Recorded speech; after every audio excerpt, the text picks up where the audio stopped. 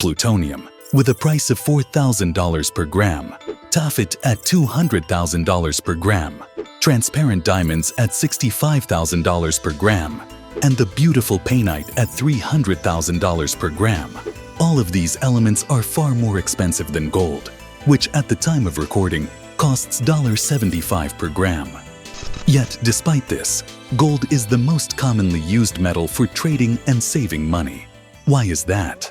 But before we dive into today's topic, if you're new to the channel, don't forget to subscribe and hit the notification bell so you don't miss any of our videos. To begin with, in economic transactions, we need something to preserve the value of our money, or that can itself be converted into money and currency. So, where do we find this thing? This is the periodic table of chemical elements, containing every element discovered on Earth. If we wanted to choose one element to use as currency, how would we select it? First, we'll exclude the elements on the far right column because they are all gases. Next, we'll remove the liquids.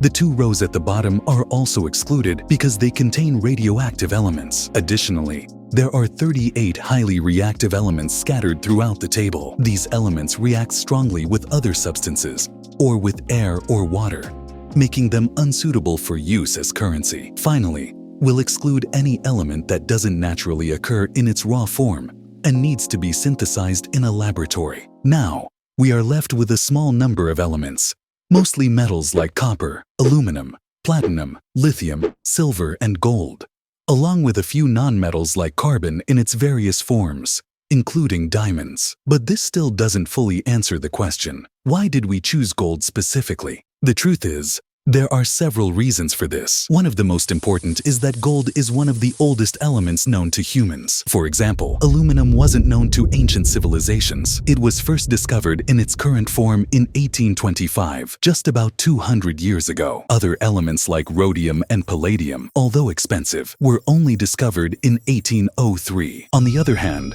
gold is an ancient metal, known to all ancient civilizations without exception. They made tools and jewelry from it, starting with ancient Egypt, Mesopotamia, China, India, and even the Mayan and Aztec civilizations in the Americas. But is the antiquity of gold the only reason for its use? Of course not. There are other factors that make gold preferable for preserving the value of our money. To save our money in something, that thing must maintain its shape and properties for as long as possible, without changing over time. For instance, imagine someone with £1 million wanting to invest it.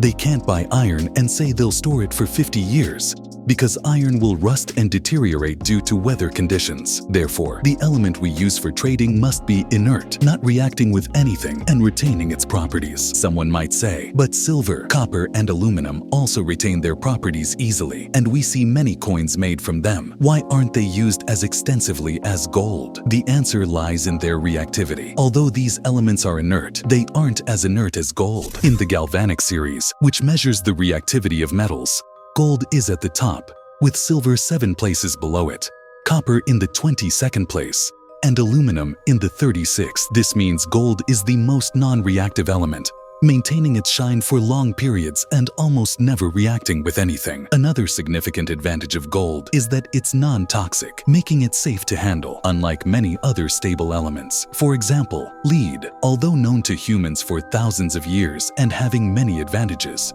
is toxic. If someone ingests or inhales lead dust, it can affect their vital organs.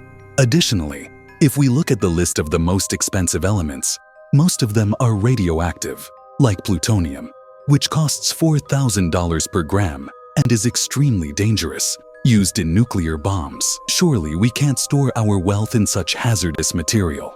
Even if we consider diamonds and other gemstones, they aren't practical for trading due to their limited availability. For instance, painite, which costs $300,000 per gram, was only available in 3 pieces worldwide until 2001. Tophet, one of the rarest gemstones, has only 1 natural piece for every 1,000,000 diamonds. This extreme scarcity makes these elements impractical for widespread trading. Gold, however, exists in sufficient quantities to meet global demand. If we distributed all the gold on Earth equally among the world's population, each person would receive about 30 grams. Moreover, gold is indestructible. All the gold ever mined is still in use today. In one form or another, it can be recycled with minimal loss, meaning the gold in an ancient king's crown could be part of your spouse's ring today. Lastly, the reasonable price of gold compared to other precious metals makes it accessible for investment. It's not too cheap, yet not excessively expensive, allowing most people to invest in it. Additionally, gold is easy to shape, unlike diamonds and other gemstones, which require complex processing. A single gram of gold can be turned into a thin wire 165 centimeters long without breaking. This malleability makes gold perfect for making intricate jewelry designs. So, considering all these advantages, gold has rightfully earned its place as the king of trading, even though it isn't the most expensive metal in the world. And that's it for today's topic. Who made it to the end? If you did, you're the best. Give us a like before you leave so we know how many of you stayed till the end. And don't forget to write any midnight questions you have in the comments so we can answer them in our upcoming episodes. Goodbye for now.